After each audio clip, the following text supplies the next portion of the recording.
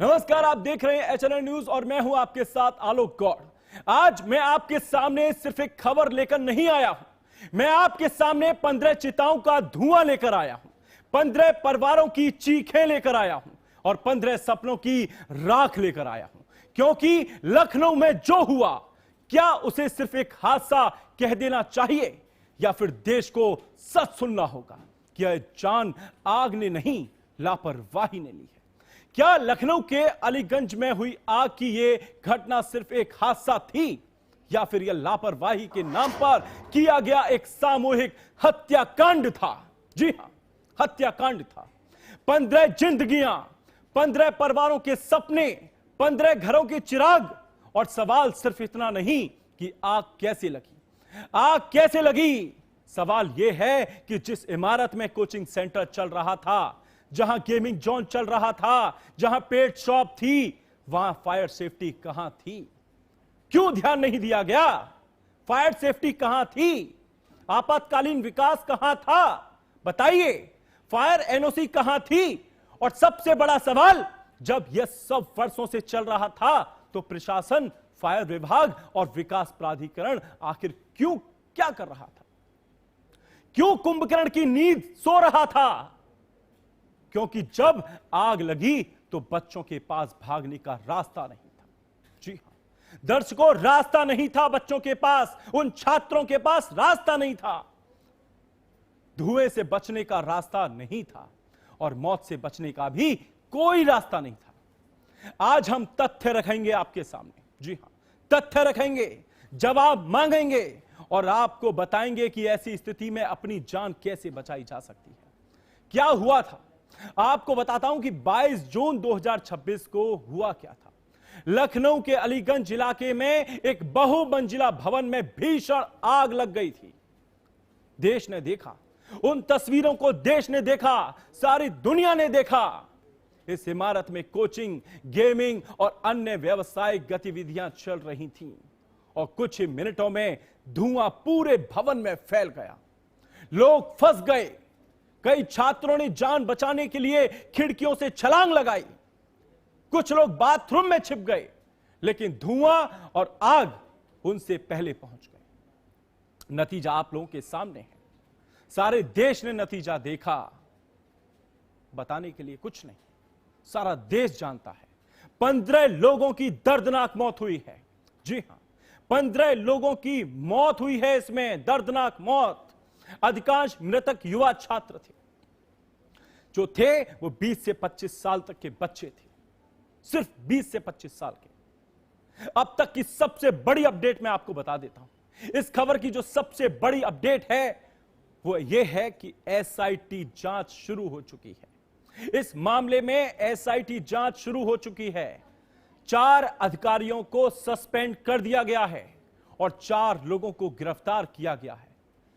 UP के मुखिया योगी आदित्यनाथ ने पूरे उत्तर प्रदेश में फायर सेफ्टी ऑडिट के आदेश दिए हैं। एलडीए ने संबंधित भवन को लेकर कार्रवाई शुरू कर दी है। जांच में यह भी सामने आया है कि कागजों पर भवन का उपयोग कुछ और था और जबकि वास्तविक उपयोग व्यावसायिक रूप से किया जा रहा था। दर्शकों, सबसे बड़ा सवाल यह है कि दोषी कौन है? सबसे बड़ा सवाल, दोषी कौन है? क्या सिर्फ बिल्डिंग का मालिक है, जिसकी बिल्डिंग थी वही दोषी है, या फिर कोचिंग संचालक? क्या सिर्फ कोचिंग संचालक है, या गेमिंग जोन चलाने वाले, या फिर वे अधिकारी जिन्होंने सालों तक आंखें बंद रखी हैं? अगर किसी इमारत में हजारों बच्चे रोज आते हों और वहां फायर एग्जिट ना हो, फायर अलार्म ना हो, फायर फाइटिंग सिस्टम ना हो, तो फिर जिम्मेदारी सिर्फ मालिक की नहीं होती, नहीं हो सकती मालिक की जिम्मेदारी। जिम्मेदारी उस पूरे सिस्टम की होती है जिसने नियमों को कागजों में बंद कर दिया। कानून को ठेंगा दिखा रही हैं ये तस्वीरें, कानून को ठेंगा दिखा रही हैं ये तस्वीरें। आप देखिए, ये सिस्टम जल रहा है। मैं आपको जो तस्वीरें दिखा रहा हूं वो ये इमारत की तस्वीरें नहीं है, ये इमारत के रूप में ये सिस्टम जलने की तस्वीरें हैं। यह हादसा नहीं है, यह सिस्टम फेलियर है, यह उत्तर प्रदेश का सिस्टम फेलियर है।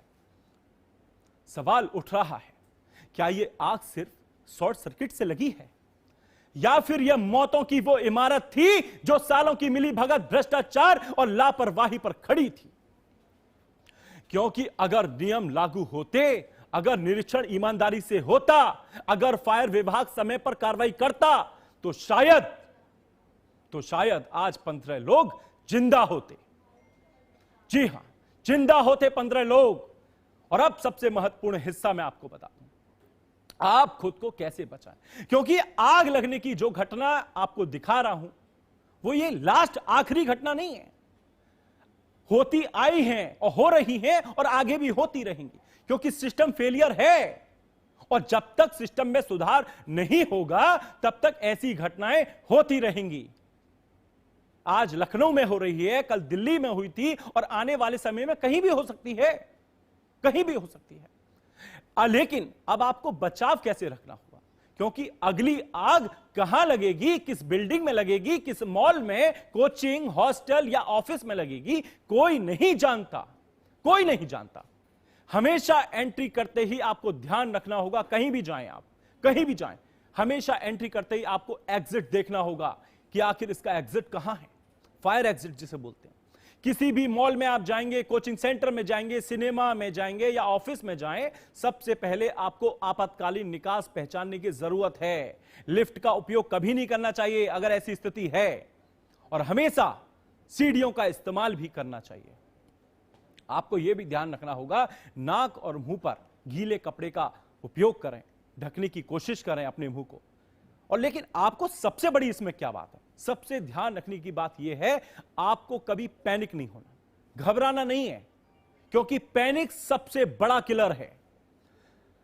और एक और चीज, लोग अक्सर आपने देखा होगा, जब आग लगती है तो बाथरूम में चले जाते हैं, बाथरूम में फंसने की गलती कर देते हैं। यह ऐसी गलती नहीं करनी चाहिए। तो जब तक बाहर निकलने का कोई विकल्प ना बचा हो, तब तक ऐसी गलती ना करें। तो आपको बता दूं, जिस तरीके से लखनऊ अग्निकांड के बाद अब पूरा उत्तर प्रदेश प्रशासन अलर्ट मोड में आ गया है।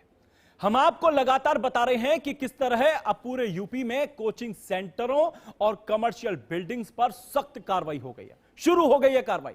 कई जिलों में फायर सेफ्टी नियमों की जांच तेज कर दी गई है, और जहां भी नियमों की अनदेखी मिली है, वहां कोचिंग सेंटरों को सील किया जा रहा है। सिर्फ लखनऊ नहीं, अब पूरे प्रदेश में प्रशासन एक्शन मोड पर है। हम आपको दिखा रहे हैं, स्क्रीन पर ये देखिए, 6 तस्वीरें नजर आ रही होंगी आपको। फतेहपुर, देवरिया, महोबा, लखनऊ, वाराणसी, ग्वालियर की तस्वीरें हम आपको दिखा रहे हैं। यहां साफ देखा जा सकता है कि कैसे कई जगहों पर कोचिंग सेंटरों को सील किया गया, फायर सेफ्टी मानकों की जांच की जा रही है, और नियमों को पालन न करने वालों पर प्रशासन का शिकंजा कसता जा रहा है। लेकिन बड़ा सवाल अब भी वही है, वही है सवाल, क्या यह कार्रवाई पर्याप्त है? पर्याप्त है यह कार्रवाई, या फिर यह सिर्फ एक हादसे के बाद की प्रतिक्रिया है? आप तस्वीरें देखिए, हम आपको पहली तस्वीर फतेहपुर की दिखा रहे हैं, दूसरी तस्वीर देवरिया की दिखा रहे हैं, और तीसरी तस्वीर महोबा की दिखा रहे हैं।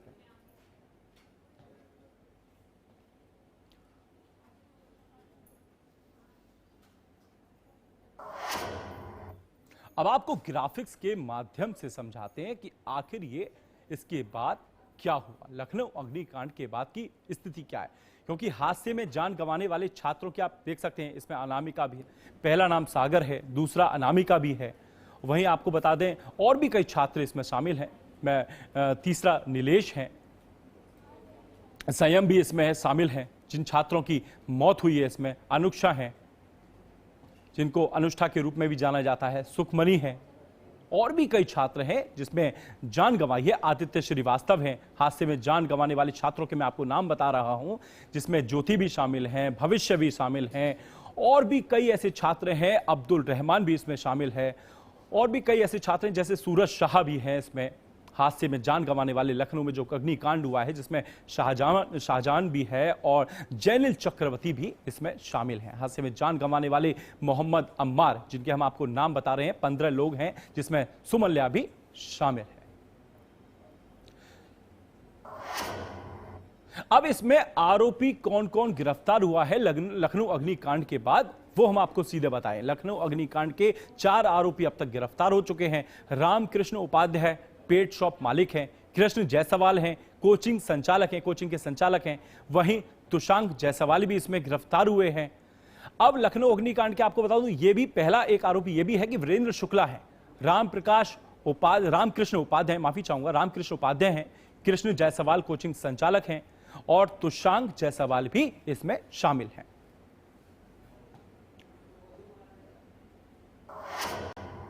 अब लखनऊ अग्निकांड के बाद इन लोगों के खिलाफ मुकदमा किन किन धाराओं में दर्ज हुआ है आपको बता दें। धारा 110 BNS लागू कर दी गई है पूरे अलीगंज थाने में। ये जो अलीगंज थाने में केस दर्ज हुआ है, धारा 105 BNS लागू कर दी गई है। धारा 125 BNS ये भी लागू की गई है। वहीं धारा 3 BNS ये भी लागू की गई है।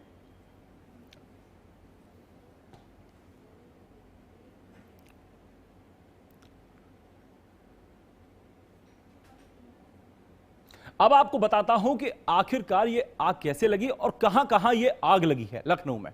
तो लखनऊ के बड़े अग्निकांड में आपको बताता हूं 2026 में भी हुआ था, लेकिन 2025 की बात करूं तो सरोजनी नगर में आग लगी थी बिस्किट की फैक्ट्री में, जिसमें 2 मौतें हुई थी।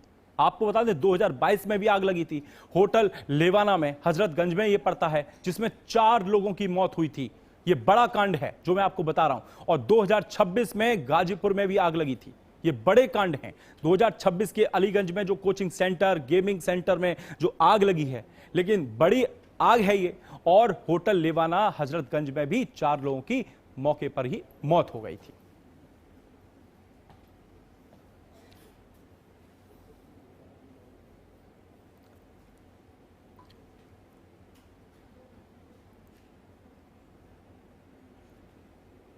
तो लखनऊ अग्निकांड के बाद पूरे यूपी में अलर्ट है। कोचिंग सेंटरों पर सीलिंग की जा रही है, कार्रवाई जारी है। और अब प्रशासन दावा कर रहा है कि अब सिस्टम सख्त हो गया है। लेकिन बड़ा सवाल यही है कि क्या यह कार्रवाई समय पर हुई है या फिर यह सिर्फ एक हादसे के बाद की जागी हुई नींद है। फिलहाल वक्त हो चला है छोटे से ब्रेक का। खबरें और भी हैं, जल्द लौटेंगे।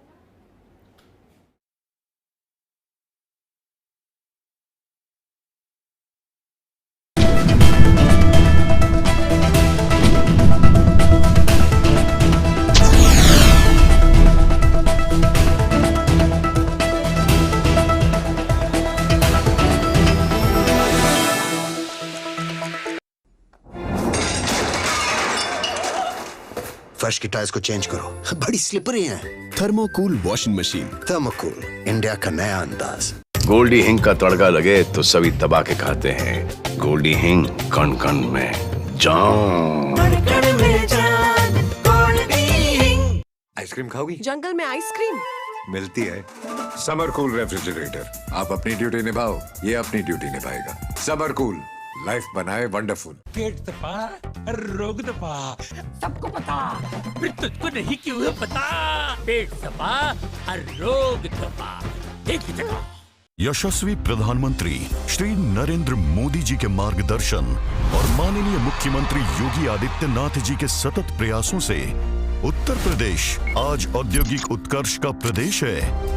देश की 55% मोबाइल मैन्युफैक्चरिंग उत्तर प्रदेश में हो रही है। इलेक्ट्रॉनिक कंपोनेंट्स का 60% उत्पादन यूपी में होता है। 32,000 से अधिक बड़े उद्योगों के साथ ईज ऑफ डूइंग बिजनेस में उत्तर प्रदेश नंबर 1 है। प्रदेश में 122 चीनी मिलों का संचालन हो रहा है। नोएडा, लखनऊ और कानपुर के टेक्नोलॉजी हब्स ने नवाचार को नई गति दी है। 15 लाख करोड़ रुपए से अधिक का निवेश धरातल पर उतरा है। 6 नोड्स में डिफेंस इंडस्ट्रियल कॉरिडोर विकसित किया गया है। उद्योग, निवेश और नवाचार, नए उत्तर प्रदेश का आधार।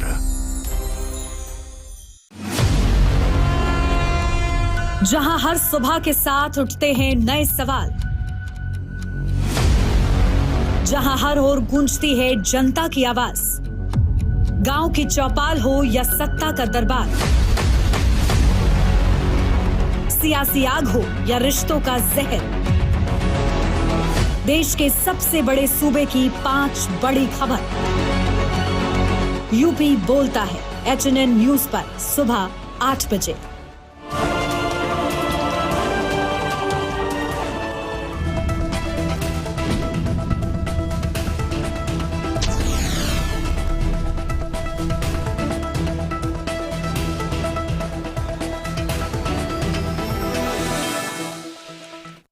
ब्रेक के बाद एक बार फिर आपका स्वागत। आप देख रहे हैं चैनल न्यूज।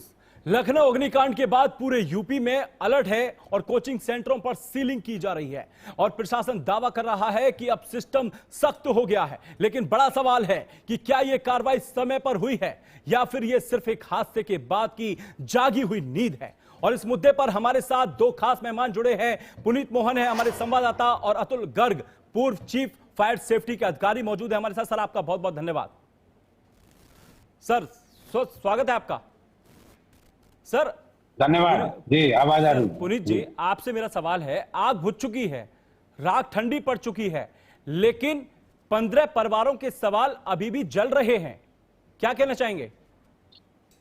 देखिए आलोक जी, अगर सरकारी भाषा में कहें तो ये हादसे हैं और ऐसे में हादसों में केवल और केवल जब तक मीडिया ट्रायल चल रहा है तब तक उसे एंटरटेन किया जाता है, तब तक कार्रवाई की बात करी जाती है। और जिस तरीके का आप देख रहे हैं कि पूरे प्रदेश में अलर्ट जारी कर दिया गया है, लेकिन अगर यही कार्य पहले किए गए होते, देखिए अलीगंज और कपूरथला ऐसे इलाके हैं जहां पर एक नहीं तकरीबन 52 कोचिंग चल रही है। हमने तो वो सच भी जनता को दिखाया है, दर्शकों को दिखाया है कि किस तरीके से लखनऊ विकास प्राधिकरण की लापरवाही रहती है कि लखनऊ की गलियों गलियों में अपार्टमेंट बने हुए हैं। इतना ही नहीं, कल हमने जो खबर चलाई कि राष्ट्रीय स्वयं सेवक संघ यानी कि आरएसएस के ऑफिस से बाउंड्री से सटा करके अवैध अपार्टमेंट बना दिया गया। तो आप देखिए कि किस तरीके की लापरवाही लखनऊ विकास प्राधिकरण की रहती है। लेकिन केवल लखनऊ विकास प्राधिकरण इस अवैध निर्माण के लिए दोषी नहीं है। दरअसल नियम यह भी होता है उत्तर प्रदेश आवास एवं शहरी नियोजन के तहत कि अगर एलडीए से अनापत्ति प्रमाण पत्र ना मिले तब तक कोई उस पर बिजली का कनेक्शन नहीं दे सकता।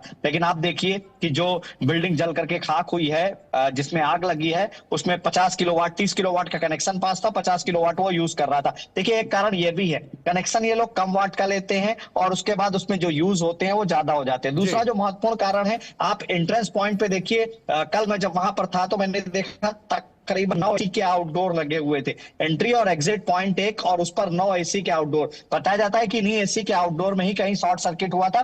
और एक सबसे हैरान कर देने वाली बात है आलोक कि अगर विभागों की बात छोड़ दें तो जो इस बिल्डिंग का मालिक था और जिनकी वीएफएक्स स्टूडियो था वो कितने लापरवाह थे। कुछ दिन पहले भी यहाँ पर आग लगी थी, एक तार हल्का सा शॉर्ट हुआ था, लेकिन उस दौरान आग बुझा दी गई थी और बहुत बड़ा कोई ऐसा कांड नहीं था, इसलिए लापरवाही बढ़ती गई। अगर उसी दौरान रैंडम चेकिंग करनी एसी के शॉर्ट सर्किट वगैरह या वायर्स को या एक बार सर्विस करा ली गई होती तो शायद ऐसा हादसा नहीं होता। फिलहाल अब जिन्होंने ये किया है वो तो जेल में है, लेकिन सबसे बड़ा सवाल है कि 18 इंजीनियर इसकी जद में आ रहे हैं। लखनऊ विकास प्राधिकरण के 2014 से लेकर के और अभी तक करीबन 4 जोनल अधिकारी, 6 सहायक अभियंता, 6 अवर अभियंता वहां पर तैनात रहे जिनकी जिम्मेदारी थी इस बिल्डिंग को का ध्वस्तीकरण करने की, लेकिन उन्होंने नहीं करी। अब सबसे बड़ा सवाल है कि ये कार्यवाही भी केवल फोटो और वीडियो तक सीमित ना रहे। हालांकि हालात इस समय जो वर्तमान हालात है, इस समय मैं यही इंस्पेक्शन कर रहा हूं, अपनी इसी खबर पर हूं, आसपास की जितनी कोचिंग है सब बंद कर दी गई है। एक तो नीट का एग्जाम हो चुका है, उस कारण भी उनको मौका मिल गया है बच्चों को ये बताने का कि कुछ दिन के लिए हम क्लोज कर रहे हैं। लेकिन महत्वपूर्ण कारण ये है कि फायर विभाग एक्टिव है, फायर विभाग छापेमारी कर रहा है, फायर विभाग नोटिस दे रहा है। तो आसपास की जितनी भी कोचिंग है सबको बंद कर दिया गया है, क्योंकि सभी ऐसे कॉम्प्लेक्स में चल रही है। वापस लौट के आऊंगा, अतुल जी हमारे साथ मौजूद हैं। अतुल जी, मेरा सवाल आपसे है कि जब इतने बड़े पैमाने पर नियम टूट रहे थे, fire NOC, exit system, alarm, तो फायर विभाग की जिम्मेदारी कहां थी? देखिए सर, अब ये कई जगह मैं कह चुका हूं, इसमें फायर विभाग की जिम्मेदारी बनती नहीं है, क्योंकि उसके पास कोई पावर नहीं है। अनऑथराइज बिल्डिंग थी, रेजिडेंशियल बिल्डिंग से कमर्शियल में कन्वर्ट हुई, और अनऑथराइज बिल्डिंग में फायर डिपार्टमेंट एक्शन नहीं ले सकता है। पूरे इंडिया में ये है। इसका सबसे जो ज्यादा जिम्मेदारी जिसमें बनती है वो एलडीए की बनती है, इसमें कि आपने एक रेजिडेंशियल बिल्डिंग को कमर्शियल में कन्वर्ट कर दिया, आपने उससे टैक्स ले लिया, आपने कनेक्शन दे दिया, आपने सर्विस टैक्स भी दे दिया, सब कुछ दे दिया, तो गवर्नमेंट डिपार्टमेंट जान गए। तो क्या माना जाए हमारे सिस्टम में कमी है? हमारे सिस्टम हादसे रोकने में नहीं है, सिर्फ हादसे के बाद एक्शन लेने में माहिर हैं। क्या कहना चाहेंगे आप? देखिए सिस्टम की लापरवाही है, सिस्टम में गैप है। आप इसको ऐसे माने सिस्टम में गैप है। ये सभी जगह, ये दिल्ली, लखनऊ, पटना, कहीं भी देखेंगे सब जगह ये है। आदमी रेजिडेंशियल बिल्डिंग बनाता है उसके लिए फायर एनओसी की जरूरत नहीं होती है। पहले तो कहीं उसके चेकिंग बाद- नहीं हो रही थी, लेकिन अब आप कहीं की बात करो, उत्तर प्रदेश के कई जिलों की बात करें तो कई जिलों में लगातार छापेमारी हो रही है। हर जगह की जी। चेकिंग की जा रही है कि कोचिंग सेंटर और आपके कई स्थान ऐसे हैं जहां पर लगातार अभियान चल रहा है, चेकिंग अभियान चल रहा है। जी। जिलाधिकारी, हर जिले के जिलाधिकारी चेकिंग कर रहे हैं कि कहीं व्यवस्था, हर सेफ्टी, फायर सेफ्टी की बात कर रहे हैं। फायर सेफ्टी टीम हर जिले में एक्टिव लगातार नजर आ रही है। पहले जी। क्यों नहीं हो रही थी? सिर्फ चुनिंदा जी, मैं शहरों में यही- ही शक्ति दिख रही है, या सर लखनऊ अग्निकांड के बाद पूरे यूपी में कोचिंग सेंटर सील हो रहे हैं? आप देखिए, बताइए। मैं इस बात को फिर आप समझिए मेरी बात को, ये नी जर्क रिएक्शन है।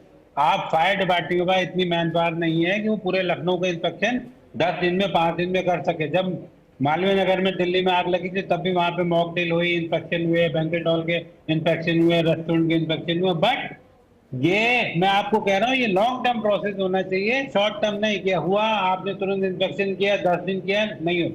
इसका रूट कॉज दूसरा है, और अगर हम रूट कॉज सर को हिट सिस्टम नहीं ही तो करेंगे, करेगा, ऐसे कौन करेगा? तो वही सिस्टम ही कह तो रहा हूँ। करेगा।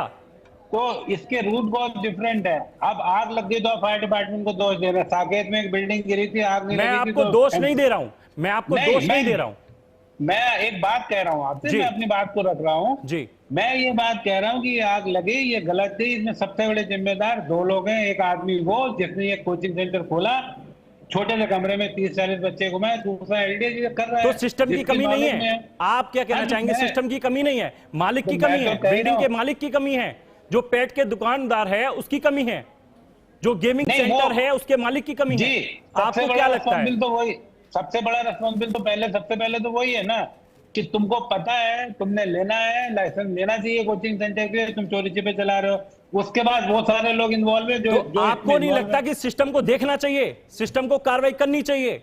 अगर आपको मैं पता है इनलीगल है तो आपको देखना भी तो चाहिए, सिस्टम को देखना चाहिए। कहां था सिस्टम? यही कुंभकर्ण बात की तो मैं नींद कह सो रहा रहा था हूं। सिस्टम। कि इसमें सिस्टम की कमी रह गई है ना, मैं तो खुद ही कह रहा हूँ, बिल्डिंग अथॉरिटी की इसमें कमी रह गई है कि ये जब आपने कॉमर्शियल किया था तो इसको करना ही नहीं चाहिए था। मैंने दूसरे में भी कहा, आपको कह रहा हूँ कि अब ये रूल बना देना चाहिए हमें कि कोई भी बिल्डिंग रेजिडेंशियल से कॉमर्शियल में कन्वर्ट होती है, उसको जी। बिजली का कनेक्शन कमर्शियल चाहिए, टैक्स का सर्टिफिकेट चाहिए, वेट एंड मेजर चाहिए, दुकान खोली है तो आपको ट्रेड लाइसेंस चाहिए। ये लाइसेंस तब तक नहीं मिलेंगे जब तक ये इंश्योर ना कर लिया जाए, उसमें फायर जी। सेफ्टी अरेंजमेंट है, ये अपने आप रुक जाएंगे। ये तभी रुकेंगे ना, अदरवाइज ये हादसे होते रहेंगे और ये काम ऐसे ही रहेगा। अतुल जी, हमारे संवाददाता हमारे साथ मौजूद है, हमारे सहयोगी हैं पुनीत मोहन जी। तो पुनीत, जिस तरीके से क्या फायर सेफ्टी टीम्स अब हर जिले में एक्टिव होती हुई दिखाई दे रही है, लेकिन सिर्फ चुनिंदा शहरों में ही सख्ती दिख रही है, या फिर ये लखनऊ के बाद जो हादसा हुआ है उसके बाद पहले तो कोई दिखाई नहीं दे रही? देखिए आलोक जी, सबसे बड़ी बात है कि अगर ये कहा जाए कि सीधे तौर पर फायर विभाग की कोई जिम्मेदारी नहीं थी, क्योंकि अतुल सर अभी कह रहे थे, मैं उनको सुन रहा था। देखिए, उनकी एक बात से तो मैं सहमत हूं कि इतना मैन पावर नहीं है कि सबकी रैंडम चेकिंग कराई जा सके। दूसरी बात से भी सहमत हूं कि आपको राइट नहीं रहते। लेकिन तीसरी बात से सहमत इसलिए नहीं है क्योंकि अभी कुछ दिन पहले मुख्यमंत्री ने आदेश दिए थे कि जितने भी रेस्टोरेंट है, जितने भी गेमिंग जोन है, जितने भी मॉल्स है, वहां की चेकिंग करी जाए। FSSO निलंबित हुए हैं, उन्होंने एक चिट्ठी भी लिखी है कि FSO की जिम्मेदारी है, मेरी नहीं है। लेकिन उन्होंने वहां पे इंस्पेक्शन नहीं किया था, क्योंकि जब उनसे डायरी बुक मांगी गई तो उस पे इंस्पेक्शन के कहीं वो नहीं थे। दूसरी जो महत्वपूर्ण बात है कि कॉमर्शियल कॉम्प्लेक्स जो अवैध बने हैं वो देखने से ही अवैध लगते हैं, जैसे बिल्डिंग अवैध लग रही। अब ऐसे में इनकी गिनी चुनी संख्या होती है। अगर मैं कपूरथला और अलीगंज की, लखनऊ की बात करता हूं तो यहाँ पर ये 52 है। अब ऐसे में 52 जगह पर नोटिस देकर के सीधे तौर पर कार्रवाई तो करी जा सकती है, फायर विभाग अपना तो काम कर ही सकता है। और तीसरा सबसे महत्वपूर्ण बात है कि RDA की अगर NOC नहीं हो तो इसके अलावा उसको बिजली कनेक्शन भी नहीं मिल सकता है। लेकिन फायर विभाग को जब ये जानकारी हो कि ये कॉमर्शियल अवैध है तो जाहिर तौर पर उसको नोटिस देना चाहिए। RDA से परमिशन का वेट नहीं करना चाहिए। देखिए, RDA तो सबसे बेस्ट डिपार्टमेंट है। जी पुनीत जी, मैं आपके पास आऊंगा। पुनीत, एक मेरा अतुल जी से एक क्वेश्चन है कि आपको लगता है अतुल जी कि मौजूदा सिस्टम रिएक्टिव है या प्रिवेंटिव नहीं, यानी हादसे के बाद जागता है, पहले नहीं, और इसकी कीमत आम लोगों को अपनी जान देकर चुकानी पड़ रही है? तस्वीरें लखनऊ से भी हैं और तस्वीरें आपने कुछ दिन पहले दिल्ली की भी देखी थी, देश की राजधानी है दिल्ली। आप बिल्कुल ठीक बात कह रहे हैं और मैं इस बात से बिल्कुल वो हूं कि ये जो डेथ हो रही है ये सिस्टम के फेल होने से हो रही है। हम कोई ना कोई ठीक से कार्रवाई नहीं कर रहा है। मैं ये बात बिल्कुल कह रहा हूँ, हर चैनल पे कह रहा हूँ, आपके भी कह रहा हूँ कि यहाँ पे भी फेलियर है। मालवीय नगर में भी फेल था। पर इसमें सबसे बड़ी, और देखिए इसके लिए गवर्नमेंट ने सिस्टम चेंज कर दिया, यूपी में भी चेंज हो गया, दिल्ली में, राजस्थान, सब जगह चेंज हो गया है कि अब इंस्पेक्शन फायर डिपार्टमेंट नहीं करेगा। जो हम तो साफ है सर, लगता था, तो साफ है लखनऊ अग्निकांड के बाद पूरा सिस्टम, आपके पास स्टाफ कम है, हमारे पास स्टाफ कम था, हम जा नहीं पा रहे थे, करप्शन था, सब खत्म कर दिया गवर्नमेंट ने। आप प्राइवेट आदमी को लीजिए, उससे इंस्पेक्शन कराइए और एनओसी ले लीजिए।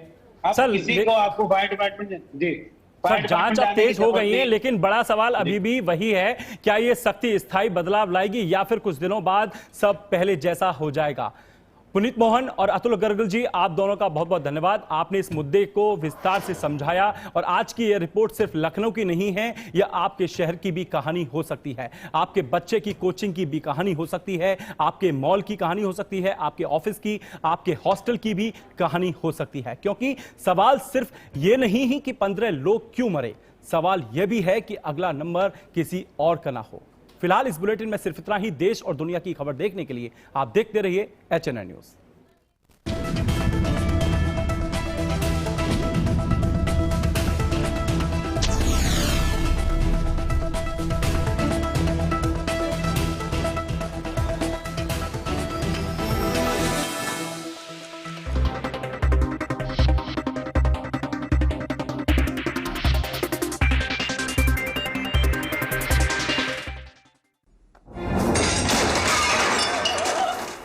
फर्श की टाइल्स को चेंज करो, बड़ी स्लिपरी हैं। थर्मोकूल वॉशिंग मशीन। थर्मोकूल, इंडिया का नया अंदाज।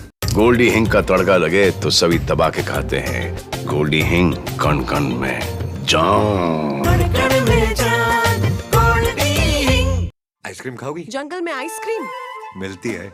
समर कूल रेफ्रिजरेटर, आप अपनी ड्यूटी निभाओ, ये अपनी ड्यूटी निभाएगा। समर कूल, लाइफ बनाए वंडरफुल। हर रोज हो जाता हूँ लेट, साफ नहीं होता है मेरा। अबे घोचू, अथा इंडिया को मालूम है, पेट सफा हर रोग दफा। जहां हर सुबह के साथ उठते हैं नए सवाल, जहां हर ओर गूंजती है जनता की आवाज, गांव की चौपाल हो या सत्ता का दरबार, सियासी आग हो या रिश्तों का जहर, देश के सबसे बड़े सूबे की 5 बड़ी खबर। यूपी बोलता है HNN न्यूज पर सुबह 8 बजे।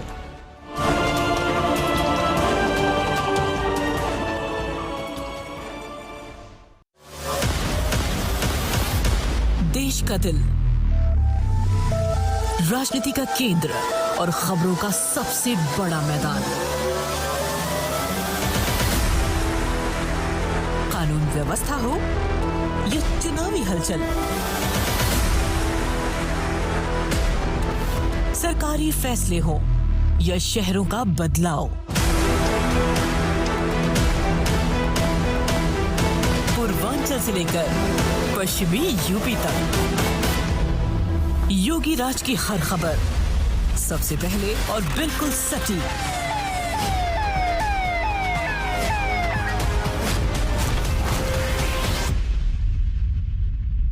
क्योंकि जब यूपी बोलता है तब पूरा देश सुनता है। किसी अपराधी और किसी माफिया की हैसियत नहीं जो सिर उठा करके सड़कों पर चल सके। HNN न्यूज पर।